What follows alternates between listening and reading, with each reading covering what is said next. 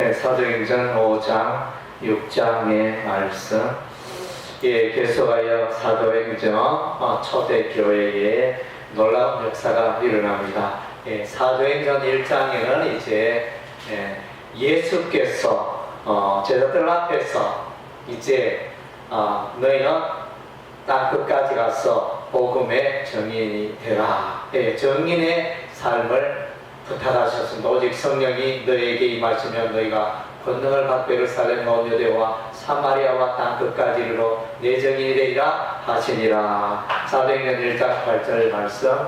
이렇게 이제 복음 전파, 예수의 증인의 삶을 살 것을 부탁하시는 장면이 사도행전 1장에 나타나 있습니다. 그리고 이제 예수님께서 부활하셨습니다. 부활하시고 성천하셨습니다.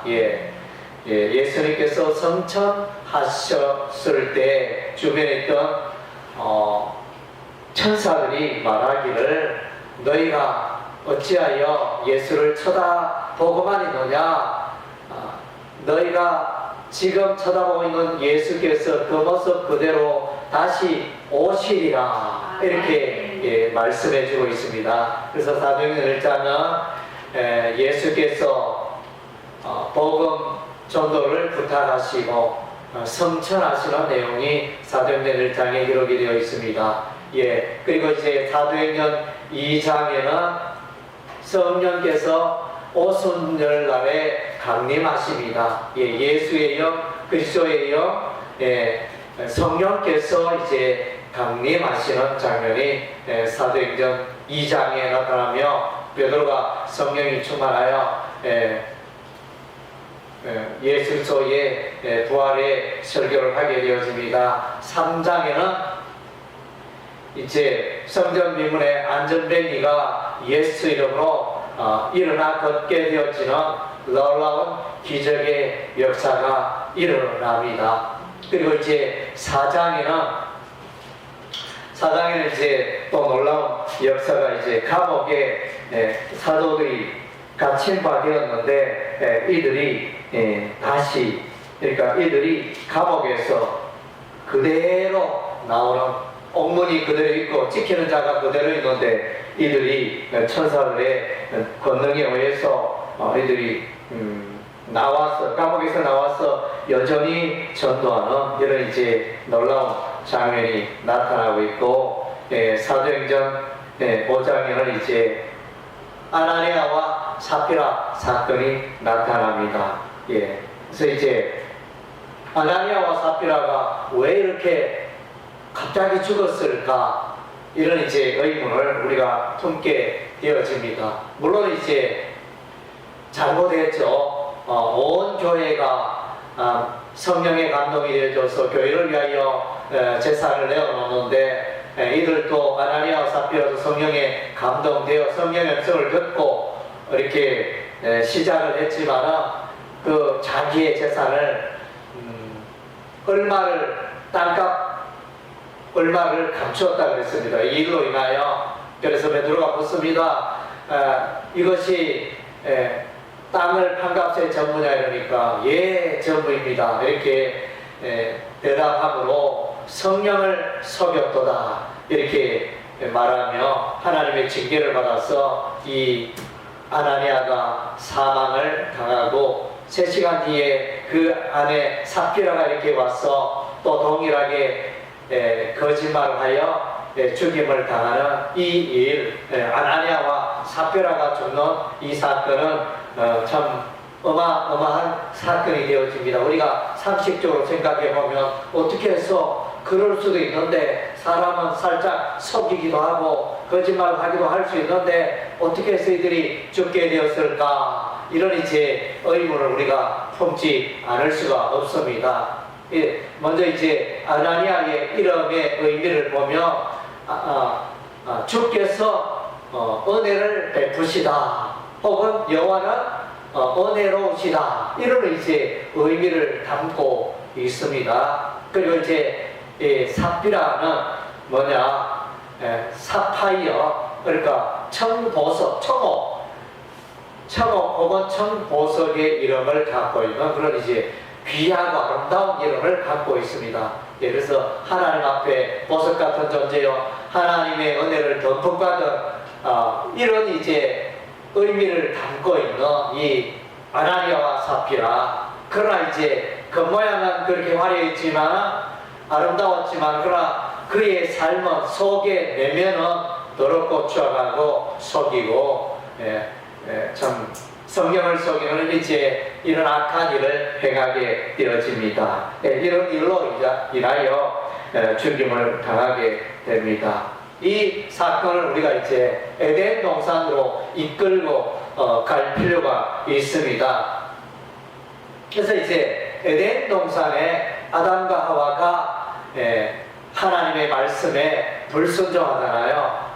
에덴 동산의 모든 실과는 따먹어도 좋지만 선악을 알게 하는 나무의 열매는 따먹지 마라, 우리 하나님 말씀하셨는데, 그런데 이제 불순종하게 되어지고, 이렇게 그 사건이 나오는데, 그래서 하나님의 말씀에 불순종함으로 사망이 찾아오잖아요. 아담과 하와에 찾아오는 그 징계가, 이후로 이 사건 이후에 모든 사람들이, 한 사람 아담과 하와의 죄로 말미암아 모든 사람들에게 사망이 이르고 죽임을 당하는 이런 이제 일들이 일어났지 않습니까? 그래서 이제 이 사도행전 5장의 아나니아와 삽비라의 사건은 에덴 동산의 아담과 하와의 그 사건에 비유할 수 있다 하겠습니다. 그래서 이제 에덴 동산의 그 사건은 천지 창조 이후에 이제 세상의 역사 시작에 일어나는 그런 사건이었고,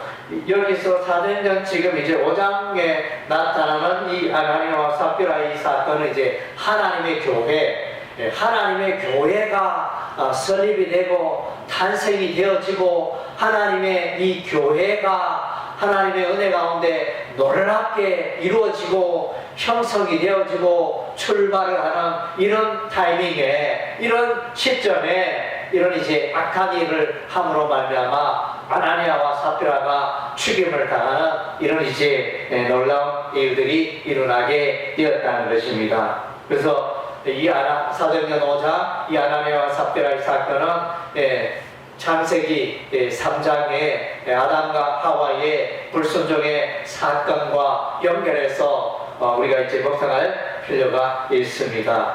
그래서 이제 어떻게 해서 이제 초대 교회의 시작인가, 우리가 이제 이런 질문을 해볼 수 있는데, 이 1장과 사도행전 1장, 2장, 3장, 4장, 5장에는 계속하여 이제 교회가 어떻게 일어나고 있는가, 교회가 어떻게 하나로 뭉쳐서 주의를 감당하는가, 이런 내용이, 메시지가 흘러가고 있다는 것입니다. 예수께서 비록 성천하셨지만 성령의 임재가 있고, 이 초대 교회의 이 공동체가 어떻게 살아가는가, 이 공동체의 삶에 대해서 이제 설명을 해주고 있습니다. 어디에 그런 내용이 있나? 사도행전 1장에 보면 1장 14절 15절 보니까 여자들과 예수의 어머니 마리아와 예수의 아우들과 더불어 마음을 같이하여 오로지 기도에 임선이라 모인 무리의 수가 약 120명이나 되더라. 그래서 이제 이것은 뭡니까? 이 공동체잖아요. 교회 공동체가 이렇게 1장 14절과 15절에 소개되어져 있고, 2장에서는 공동체가 어디 소개되어져 있는 2장 후반부에 2장 43절에서 47절까지 보니까 아주 아름다운 그런 교회의 공동체가 소개되어져 있습니다. 2장 사도행전 2장 43절 사단마다 두려워하는데 사도들로 말미암아 기사와 표적이 많이 나타나니 믿는 사람이 다 함께 있어 모든 물건을 서로 통용하고 또 재산과 소유를 팔아 각 사람의 필요를 따라 나눠주며 날마다 마음을 같이하여 성전에 모이기를 힘쓰고 집에서 떡을 떼며 기쁨과 순전한 마음으로 음식을 먹고 하나님을 찬미하며 또 온 백성이 칭송을 받으니 주께서 구원받는 사람을 날마다 더하게 하시니라. 이 아름다운 초대교회의 공동체의 모습을 보여주고 있습니다.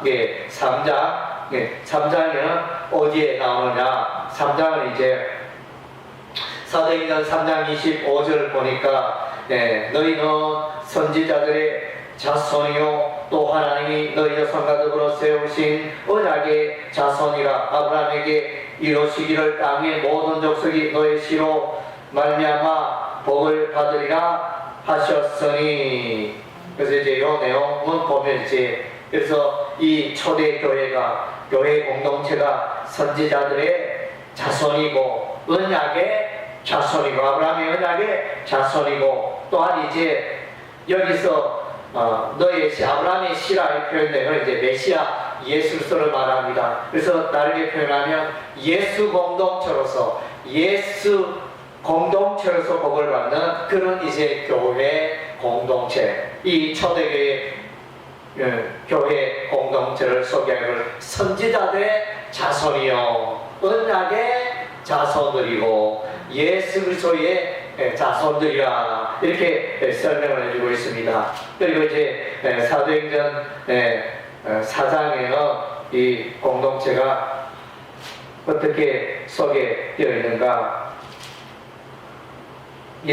사도행전 4장 32절 33절이니까 믿는 무리가 한 마음 한 뜻이 되어 모든 물건을 서로 통용하고 자기 재물을 조금이라도 자기 것을 하는 이가 하나도 없더라. 사도들이 큰 권능으로 주 예수의 부활을 증언하니 무리가 큰 은혜를 받아. 그래서 그 중에 가난한 사람이 없으니 이는 밭과 집 있는 자는 팔아 그 판 것의 값을 가져다가 사도들의 발 앞에 두매 그들이 각 사람의 필요를 따라 나눠 주리라. 이 아름다운 공동체, 이것이 이제 사도행전 2장 후반부와 비슷한 내용이 이제 사도행전 4장 후반부에도 이렇게 언급이 되어져 있습니다. 그리고 이제 사도행전 5장에도 이 교회 공동체 모습이 나타나 있는데 5장 11절과 12절에 보니까 온 교회와 이 일을 듣는 사람들이 다 크게 두려워하니라. 사도들의 손을 통하여 민간에 표적과 기사가 많이 일어나며 믿는 사람이 다 마음을 같이하여 서로 행각에 모이고, 이렇게 이제 교회 공동체 모습이 나타나고, 또 5장 후반부에 41절과 42절에 사도들은 그 이름을 위하여 능력받는데 합당한 자의 의심을 기뻐하면서 공회 앞을 떠나려 그들이 날마다 성전에 있든지 집에 있든지 예수는 그리스도라고 가르치기와 전도하기를 그치지 아니하니라. 이렇게 아름다운 교회 공동체의 모습이 2장, 3장, 4장, 5장에 계속 이제 걸쳐서 이런 이제 하나님께서 의도하는, 예수님께서 말씀하셨잖아요. 그래서 마태복음 16장 16절에 그래서 베드로의 신앙 고백, 주는 그리스도시요 살아계신 하나님의 아들이니다, 이렇게 고백했을 때 그 신앙 고백 위에 내 교회를 세우리라, 예수님의 교회를 세우겠다 말씀하셨는데, 그래서 이제 이 사도행전 1장에서 5장까지 이렇게 보면 예수님께서 기대하시는 그 교회 공동체가 어떻게 일어나고 어떻게 출발하고 하는 것들을 이제 생생하게 보여주고 있습니다. 그래서 이제 아나니아와 삽비라의 이 죄가 교회에 들어오잖아요. 죄가 들어오니까 우리 하나님 징계를 받잖아요. 창세기 3장에 아담과 하와는 하나님의 말씀에 불순종함으로 죄를 짓잖아요. 그래서 죄에 대해서 징계가 이루어지듯이 사도행전 5장에도 교회가 짓는 이 죄에 대해서 아나니아와 삽비라의 이 죄에 대해서 우리 하나님이 징계하시는 내용이 이렇게 나타나 있는 것입니다. 그리고 이제 계속적으로 이제 1장에서 5장까지 내용은 하나님의 그 천국을, 하나님의 교회를 열어가는 놀라운 역사들이 나타나고 있습니다. 성령께서 임재하시고 예수님께서 성천하시고 안전뱅이가 일어나고 또 감옥에 갇혔는데 그들이 온전한 모습으로 나오고, 그래서 이제 이런 일들은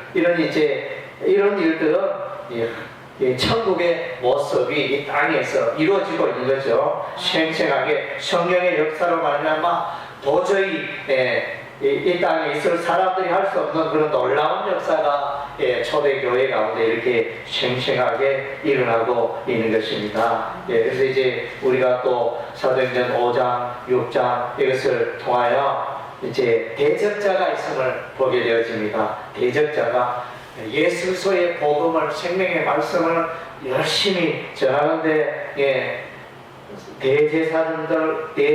대제사장과 사두개인들과 공내가 내보면 이들을 박해하고 채찍질하고 감옥에 가두고 그런 일이 있었음에도 불구하고 그러나 이들은 이제 담대하게 복음을 전하게 되어집니다. 이때 성령께서 함께 하시죠. 이들을 보호해 주시고 이들을 감옥에서 이끌어내시고 이런 이제 놀라운 기적으로 함께 하는 것입니다. 그래서 전도할 때 욕을 얻어먹잖아요. 그래서 5장 41절에 사도들은 그 이름을 위하여 예수 이름을 위하여 넉넉받는 일에 합당한 자로 여기셨다. 그래서 이제 이렇게 전도에 대해서 헌신하는, 욕을 얻어먹고 고난을 당하고 채찍질을 맞으며 또 감옥에 들어가고 이런 이제 복음 전파를 위한 대가지구를 하고 있습니다. 오늘 저와 여러분 어떻습니까? 복음을 위하여 우리가 고난과 시행을 기쁘게 감당하고 있습니까? 우리는 너무 이 복음 전파를 위해서 우리의 몸을 사리고 있지는 않습니까? 그래서 예수 이름 말하면 뭔가 내가 불이익을 당하고, 예수 이름 말하고 복음 전하면 내가 뭔가 사람들에게 왕따 당할 것 같고, 내가 예수 이름, 예수 전도하면 뭔가 이렇게 뭔가 피해를 입을 것 같아, 사람들에게 욕을 얻어먹을 것 같아. 그래서 오늘날 많은 그리스도인들은 잠잠하게 지내는 사람들이 많습니다. 복음 전도는 특별히 능력받은 목사나 능력받은 전도사나 권사나 특별한 몇몇 소수의 사람들이 하는 일이지, 우리는 예수 전하는 것과 복음 전도하는 것은 별로 관계가 없어. 그렇게 지낸 그리스도인들이 너무너무 많은 것 같습니다. 한국에 수많은 교회, 수많은 성도들이 있지만, 그래서 이제 이 복음 전파가 그렇게 더딘 이유는 이제 여러 가지 이유들이 있겠지만, 보면 이제 일단은 전도 활동들을 전도를 열심히 하고 있지 못하다. 모든 그리스도인들이 전도의 삶에 들여지고 희생하고 헌신하고 있지 않다는 증거가 되는 것입니다. 그래서 정말로 이 초대 교회, 이 사도들, 제자들 얼마나 이렇게 값을 지불하고, 전도하는 데는 값을 지불해야 합니다. 고난이 따르고 희생을 지불하고. 그래서 이제 많은 사람들이 이런 거 있기 때문에 그냥 안일하게 편안하게 지내고, 괜히 내가 예수 말했다가 왕따 당하고 손가락질 당하고 또 너나 잘 믿어라 이러면 이렇게 우리가 마음을 닫고 예수를 전하지 못할 때가 우리가 많지 않습니까? 그래서 이제 사도 바울은 로마서 1장에 내가 복음을 부끄러워하지 아니하노니 그랬잖아요. 그래서 이제 사실 우리는 나는 복음을 부끄러워하지 않아. 누가 예수 그리스도의 십자가와 부활의 복음을 부끄러워하는 자가 있는가, 이렇게 판단하고 생각하고 있지만, 실상은 우리의 삶을 들여다보면 내가 수년 동안 전도하지 않고, 혹은 몇 달 동안 1년 내내 한 사람도 전도하지 않고 그렇게 살아오면서도 전도에 대한 반성과 회개도 없고 그렇게 당연하게 살고 있지 않는가. 그래서 정말로 보면, 우리의 삶을 가만히 들여다보면 내가 정말로 복음을 부끄러워하는 삶을 살고 있구나. 그래서 우리가 이제 알 수 있는 것입니다. 그리고 이제 우리는 이제 얼마나 전도에 힘쓰고 있습니까? 여기 보면 사도들은 5장 40일에 그들이 날마다 전도했다고 그랬습니다. 날마다. 그래서 전도 일주일에 한 번 정해가지고 한 번 정도 하는 게 아니고, 날마다 눈만 뜨면 오늘 누구를 만날까? 오늘 만나는 사람에게 내가 복음을 전해야지. 내가 이렇게 그런 마음으로 날마다 예수를 전하지 않고는 견딜 수 없는 그런 심령의 전도의 삶을 살았다는 것입니다. 그리고 이제 시간적으로 날마다 전도했고, 장소적으로는 성전에 있든지 집에 있든지 뭐 어디에 있든지 그래서 뭐 장소를 가리지 않고 예수 복음을 전하는 이런 거. 그래서 이제 우리가 정말로 친구를 만날 때 혹은 길거리에서 또 버스 안에서 또 시장에서 또 마트에서 우리가 이제 만나는 사람과 우리는 하루 생활하면서 늘 사람을 만나잖아요. 많은 불신자를 만나잖아요. 그 불신자들에게 어떻게 지혜롭게 나가서 어떻게 복음을 전할 수 있을까 늘 이제 고민하고 연구하고 또 기도하고 그런 태도가 필요한 것입니다. 이들은 이제 복음 전파를 위해서 간절히 기도했습니다. 환난과 핍박이 있어서 밤밤과 끝으로 간절히 기도하고 복음을 들고 나아간 초대 교회의 삶 우리가 발견하게 됩니다. 그래서 서대반도 공회 앞에서 이제 예수 그리스도의 복음을 담대히 전파하게 되어지는 내용을 보게 되어집니다. 그래서 이제 우리가 전하는 이 복음은 생명의 말씀이고 생명의 도인 것입니다. 불신 영혼들을 구원하고 불신 영혼들에게 생명을 주는 사망으로 나아가는 자들에게 생명을 주는 그런 귀한 말씀이고 천하 인간의 구원 얻을 만한 다른 이름이 오직 예수밖에 없기 때문에 우리는 전하지 아니할 수가 없습니다.